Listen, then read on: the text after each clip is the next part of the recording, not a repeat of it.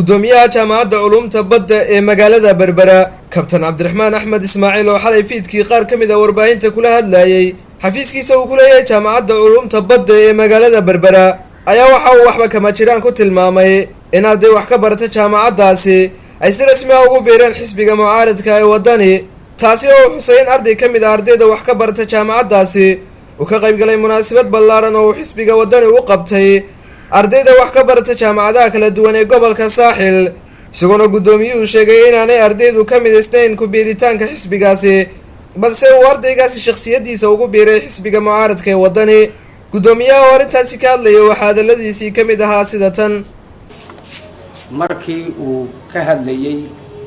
arinta xisbiga wadani taa waxaan cadeynayaa in wax allaale iyo wax ay jaamacaddu ku leedahay ama ku lug leedahay inayna jirin maxaa yeelay jaamacadda badda waa jaamacad ay dawladdu wado wax walba dawladdu u hayso sidaa ogeed inankaa hadalkiisa wax allaale iyo wax xagga yaga ka jira ma jiraan wix allaale iyo wixii uu ku kacay ee qaladka ahaa ee xumaanta ahaana isaga ayuunbaa mas-uuliyaddeeda qaadaya taasna wax allaale iyo wax ka jiraa ma jiraan waa wax isaga oo keliya ku kooban arday kale iyo qof kalena buu joogay ugu talagalayba markii hore maxaa yeelay isaguba keligii bannaan ismuu dhigeen waa la raaci laha hadduu wanaag ku socdo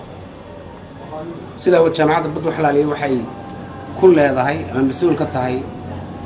ama la og tahay midna ma jirto hadalkan ka soo yeedhay gudoomiyaha jaamacadda culumta badda ee magaalada Berbera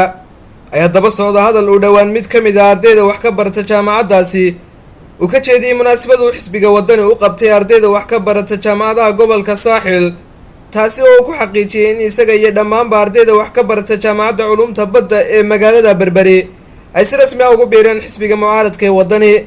balse mas'uuliyiinta ugu sarsareysay ee jaamacaddaasi ay hadalkaasi ku tilmaameen mid waxba kaba jiraan ah